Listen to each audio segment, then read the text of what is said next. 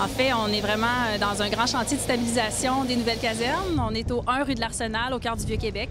Les nouvelles casernes, c'est le bâtiment qu'on trouve derrière nous, un long bâtiment de 160 mètres par 10 mètres environ, donc une grande envergure et un bâtiment patrimonial unique qui fait partie de l'enceinte des fortifications du Vieux-Québec, propriété de la Commission de la capitale nationale du Québec. Et le gouvernement du Québec a octroyé 20 millions de dollars pour justement réaliser ces travaux de stabilisation, de consolidation des nouvelles casernes pour le préserver pour les générations futures. Les travaux ont été mobilisés à la fin de mars 2018, donc ça va se poursuivre tout au long de l'été. L'an prochain, on a divisé les travaux en 2 phases. La première phase, on compte la terminer à l'été prochain, donc l'été 2019, et ensuite les travaux pour la seconde phase concernent les bâtiments 4, 5, 6 et 7, donc l'extrémité est des nouvelles casernes, vont débuter ensuite pour se terminer dans l'année financière 2021-2022.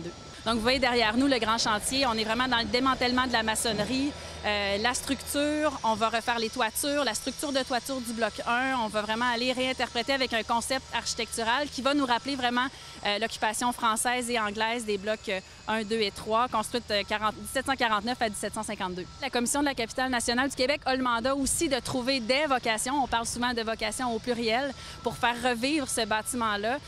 C'est un travail très complexe, c'est une réflexion qui s'est entamée dans les dernières années. Et aujourd'hui, on la poursuit avec différents acteurs du milieu, des professionnels, des parties prenantes, des citoyens, des gens d'affaires du Vieux-Québec. Et on souhaite vraiment faire un atelier de réflexion et d'idéation surtout pour qu'à la fin de la journée, les gens nous partagent leurs concepts, leurs idées de vocation des nouvelles casernes. Et à la commission, on va pouvoir mâcher tout ça et peaufiner le tout pour proposer une vocation pour les nouvelles casernes.